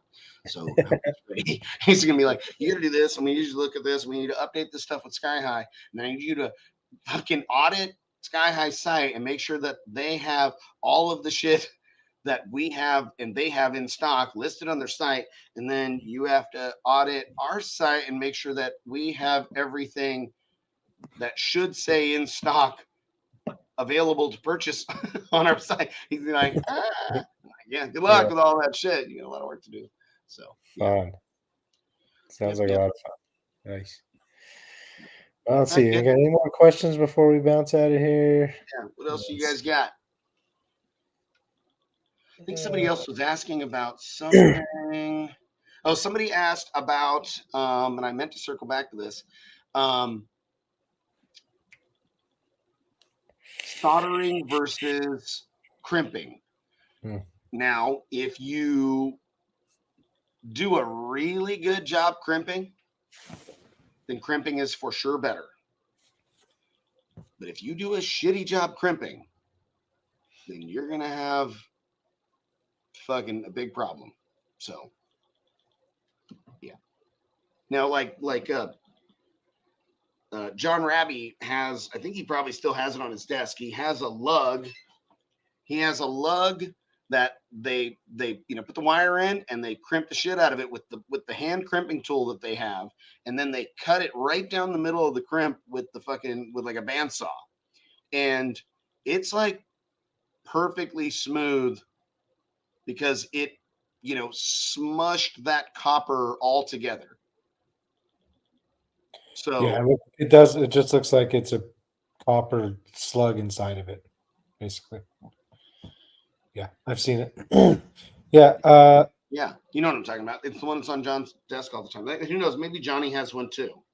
But that's with their regular crimp tool. Why would you say that it's better though than like if you're proper? Like, okay, I remember watching back in the day Steve Mead setting up like 10 lugs on in a vise, right? And just torching the shit out of them all and filling them full of solder, right? And then just dipping that wire in there and it just, fully cooling. Like, is it not as well, solder's not as good a conductor as the copper. Right. So and once you're smushing that copper to all become one. Yeah, that's better. Yeah, I just don't know if like the lug itself if there's any gaps in there, or I mean, I don't fucking know. Yeah. I mean, you're using silver solder, right? Like it should be. Is it not as conductive as the copper? I mean, I'm sure it's not as good as copper, but it's probably pretty fucking good. So, yeah, I think if you do solder correctly, like that way, like the way I've done it from learning from him, I think it's going to be real fucking close. You know what? The best way to know. The best way to know. You have it under somewhere. To test some resistance, like resistance testing.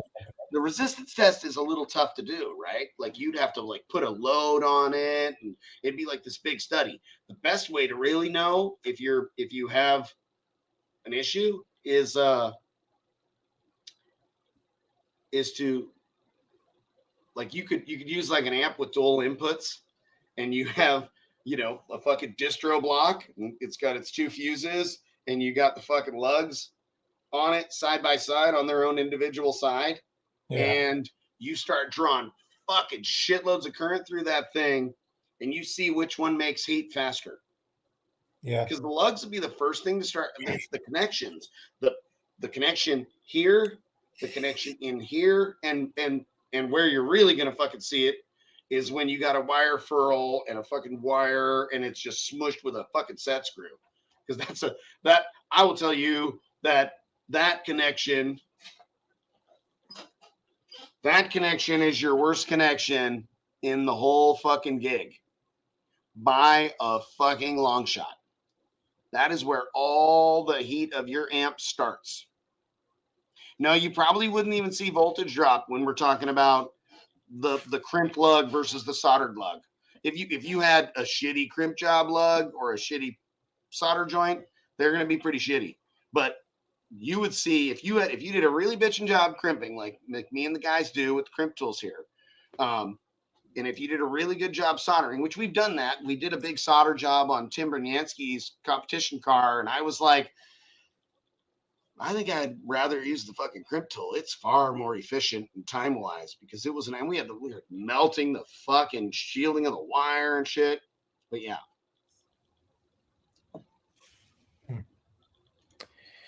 No, the 5.5 is absolutely not a good match for the U series. It's perfect for the X, Z, and Nightshades. The U series are perfect in our 4.0 212 box. Now, I would say that if we cut, I should fucking make this. I should make a triple 12 5.5 box. Then like the U series and like our Gately Alpha and Relentless 12-inch subwoofers would also perform really well in the 5.5. Fucking make it. What are you doing? Stop yelling at me. There you go. New products alert. New product alert. Actually, we do have a bunch of new products coming that are happening. We kind of did a little bit of an audit on all of the 8.0 double 15 boxes that we've sold in the last year, and more than half of them, and it was probably about, I think it's just over 2 dozen. It was like 26 or 27 of those boxes. I think 15 of them had to have custom cutouts for the sundown 15-inch woofers. So that being the case, I'm like, okay, if we're selling over a dozen of a product a year per request of customers, so we are doing a 9 cubic foot sundown specific double 15 enclosure. This will put it right on the money for the sundown X, Z, and nightshade woofers.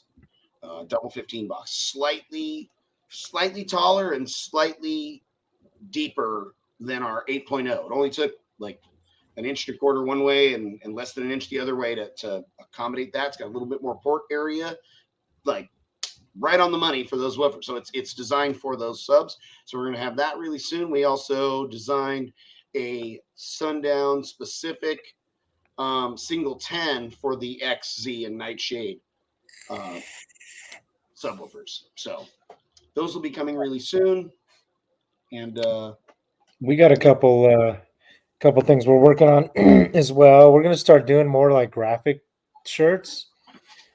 We've got a pretty cool designer we've been working with. I'll show you a couple things we've started here. I need, We're not done yet. like one of every color of the Quietly Loud shirts. This is one of them. One of the designs we're working on. I think we're gonna have this changed to an Astro van. And the other one. Why don't you change those vehicles into real vehicles that exist? Why don't you have your fucking Explorer and fucking Soulgasm and fucking? Well, we might. It's kind of like the very first rendition of an idea that we give our designer, basically. But and also we're trying to hit more markets than just like the base head market, I guess. But it would be cool to maybe put one of the base head cars for the base car, because obviously, this is not a base car, this is not a base car, but for the base heads though, we've got this one that we're working on. I don't know if you guys like that, but I like this one a lot. Yeah, that's pretty dope. So that's a couple new things from us. There were some questions I did mark that with a star here. They're better. It's a pretty different animal. The alphas are more like a Rage 8, right? Or are we talking about are we talking about 8s and 6.5s, or are we talking about 12s? So if we were talking about the 12, our alpha is a much lower power handling 12 than a Rampage. The Rampage 12 has a 4-inch coil, or alpha has a 3-inch coil.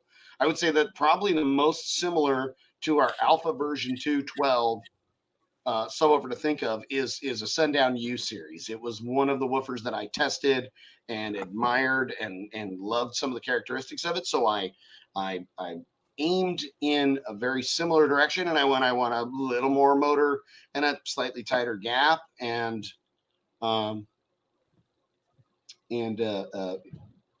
handle a little more power. So there you go. This one, and then as far as the 8s are concerned, Rampage 8 is a much larger motor than the Alpha, but I don't expect that it has quite the efficiency level. And I would say that if you had a big box, the Rampage 8 does quite well. Like, they really like being in a cubic foot. And then my beef with subs like that, I do like the Rampage 8, and that's a great woofer.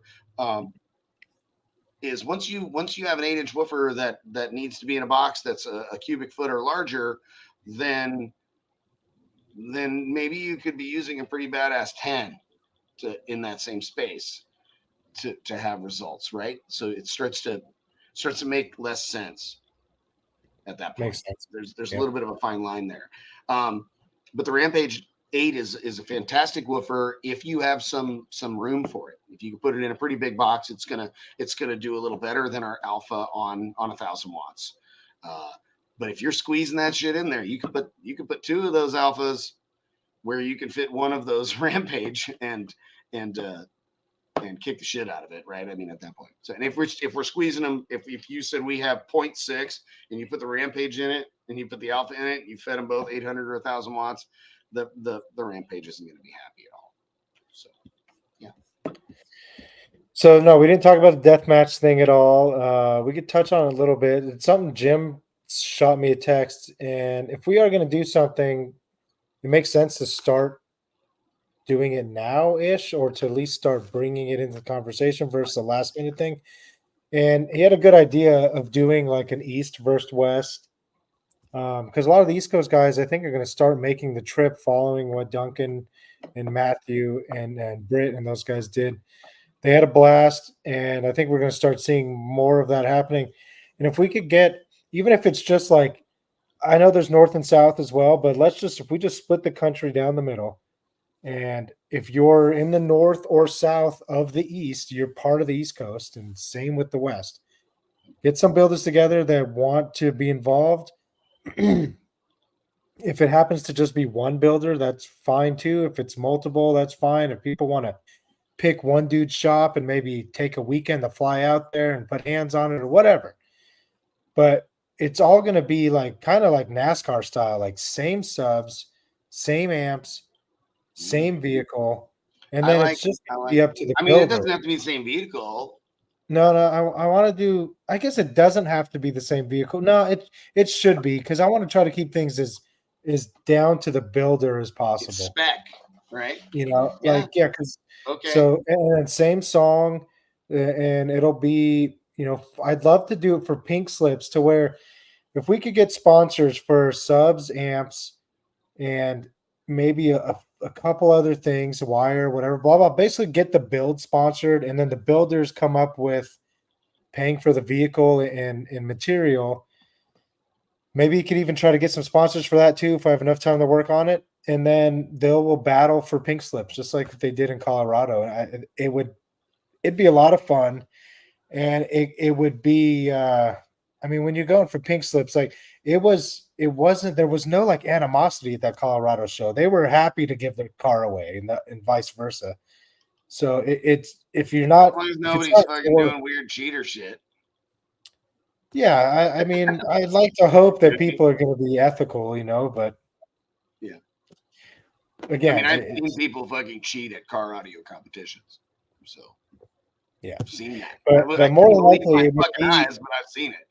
Yeah. I probably used my demo track that I made for True Loud. It plays five frequencies between 20.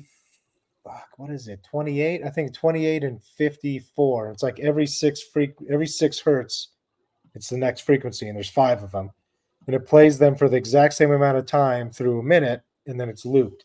So no matter where you start the track, if you play it for a minute, you've played 12 and a half seconds of each frequency, or 12 seconds it was. And what if it was like a fucking rental car? We got 2 of the same rental car, and like we're like sliding in a fucking no wall box into the back of like a fucking Trailblazer or whatever the fuck they call them now.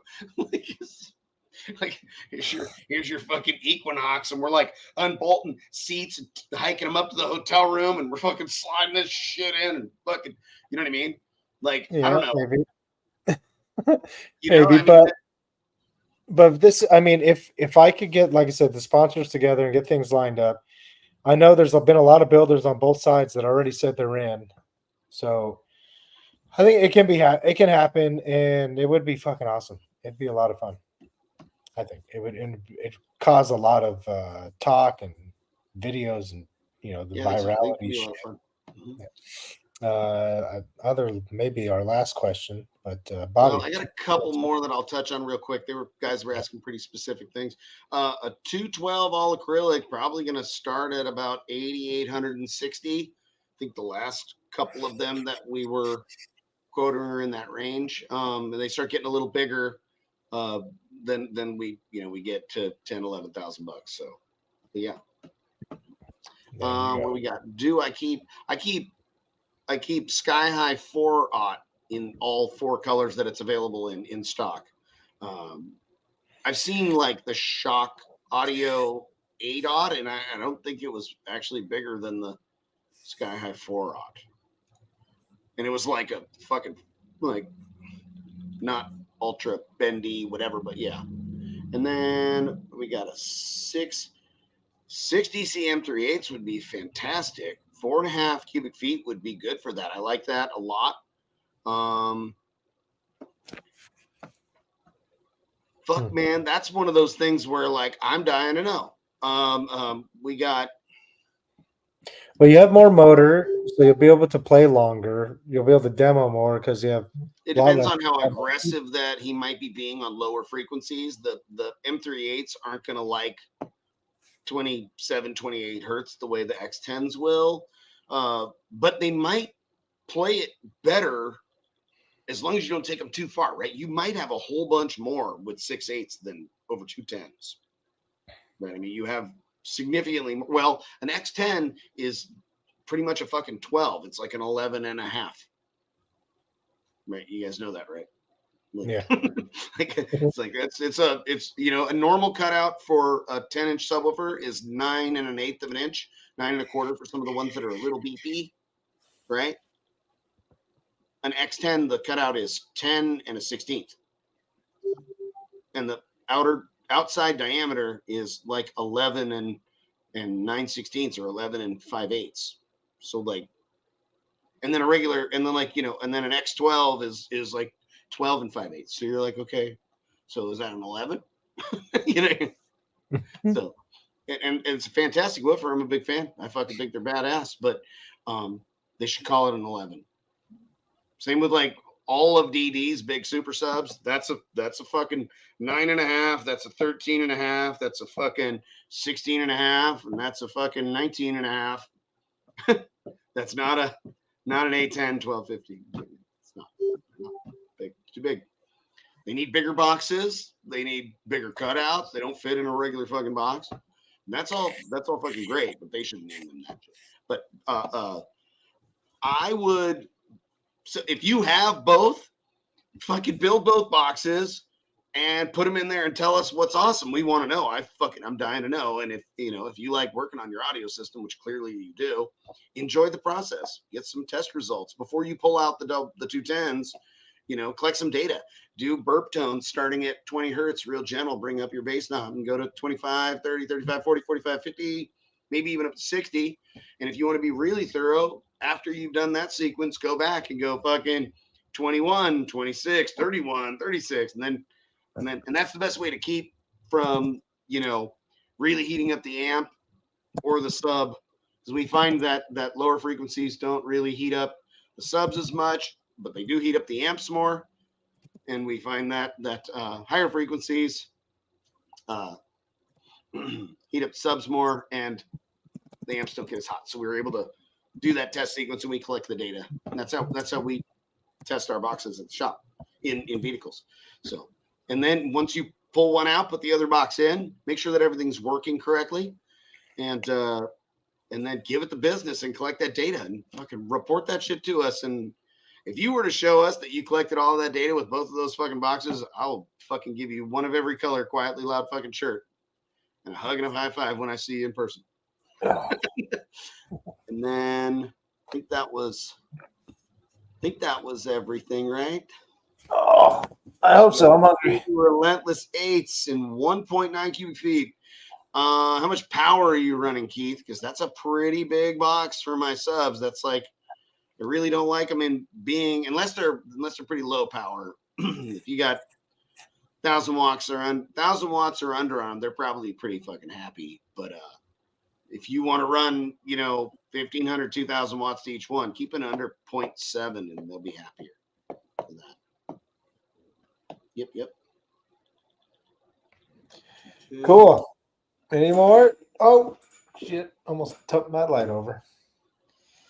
The DD2508 measures 9 and 9/16 of an inch outside diameter.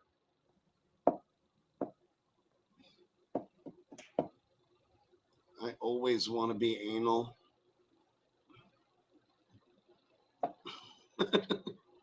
So, all right, kids. You know what to do.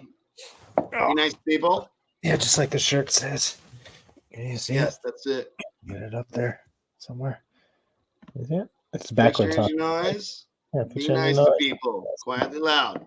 I thought you were And speaking of some shirts, I think the guy that we picked up as one of our new designers, I want to commission him to do some quietly loud stuff that's not just a somewhat simple design. Maybe something with our faces or something cool. The Demo Bros guys have some really cool shirts, so we should have some cool shirts too. Yeah. Yeah. Send me a few of those shirts, one of each color. Large. Okay. Yeah. Large. I'm pretty fat right now. I need large. Well, it's not like I make them. They just order them. I'll have to give you like the info to order them off the website. Yes. I just be wobble. Okay. Yeah. Well, last time I was like, oh, cool, they're available, and I fucking ordered one. You were like, dude, what are you doing? And I was like, oh, I don't fucking know. Yeah, it's just you can order one that same way, but we'll do it so you can get it at cost and not just be paying yourself. I mean, the money just goes to pay for our subscription. Look, I think somebody wants a link to the shirt. Shoot, find that for you. Yeah, there was a couple people walking around with quietly loud shirts on at the showdown, which was cool. I like that. That's true. Damn it, it was right there and I didn't do it. Make one that looks like the Pep Boys logo with our faces, right? Yeah, if you guys have some shirt ideas, I could pass it on to our guy and then he'll make them look, throw us ideas. Think of that. That'll be your homework till next week. Think of some shirt ideas. We'll post it next week and I'll get some shit going. An error occurred while posting. Please try again. Okay. But if you could see the link, there it is in the comments. Buy a shirt, support your boys, fix your engine noise. Yes, sir. All right, kids. I'm getting hungry. I appreciate you guys all, and have a great evening. And or we could do Mount Rushmore with our faces. there it is. There it is. Yeah, that's funny. Yeah. All right, kids. Have a great night. We'll see you guys next week. Later. Bye.